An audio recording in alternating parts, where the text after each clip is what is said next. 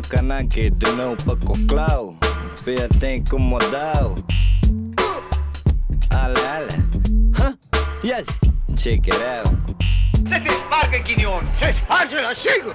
Vorbe, că n-ai noroc, n-ai. Tot ce-am făcut în viață am făcut cu drag. Băga-mi și mâinile în buzunar să-mi bag. Dacă îmi doresc ceva, multe trebuie să trag. Trebuie să riști tot ca să pot să fac un singur prag. Eu din ghinion, cred că m-am născut cu lac.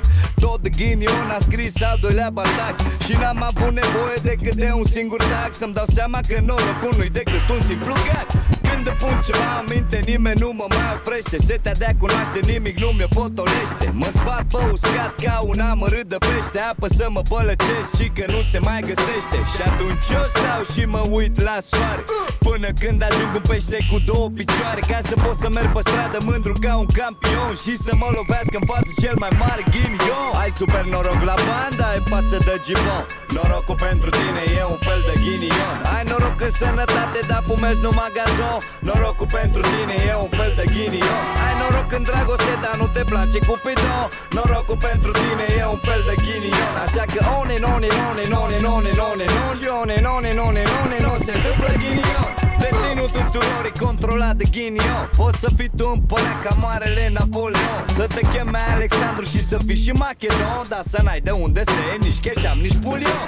Toate ni se întâmplă cu motiv anume, deoarece toate țin relativ la glume. Lume, soră lume, nu mai faci atâtea spume că o să rupă curul tău 3 perechi de pume. Noi nou la preț redus din SH în țiplă, ca să poți să simți durerea tot triplă. Când vine necazul, frate, nu ai ce să-i faci. Stai cu minte banca ta, frumușel și taci. Calci rahat mare cât un stadion, după care vezi pe jos una de 1.000.000. Da, mirosul de pătal, pe se tot simte on and on. Și atunci norocul tău nu-i decât un ghinion. Ai super noroc la banda, ai față de gibon.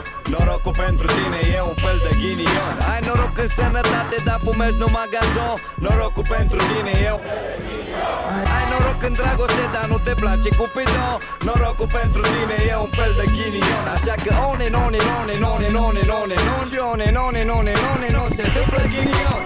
Eu și cu norocul nu ne-am prea întâlnit și nu odată m-am gândit că poate am murit. Dar de unde? Până la urmă, în sfârșit m-am lămurit. Ghinionul și norocul este fix același shit. Când eram mai mic, mama mă tundea castron. Aia era moda, n-aveai ce să-i faci capron.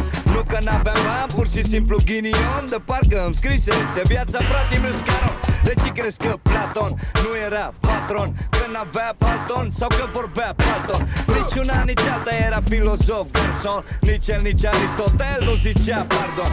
Nu ardeau plancton, nu baxeau plancton. Făceau schimbul de idei la micul de John. Și acum eu mă întreb pe mine ca un epigon, ce șanse sunt ca norocul să fie tot ghinion? Ai super noroc la banda, ai față de gibon.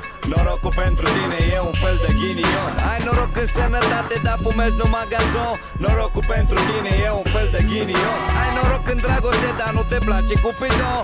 Norocul pentru tine e un fel de ghinion. Așa că one, one, one, one, one, one, non se întâmplă ghinion.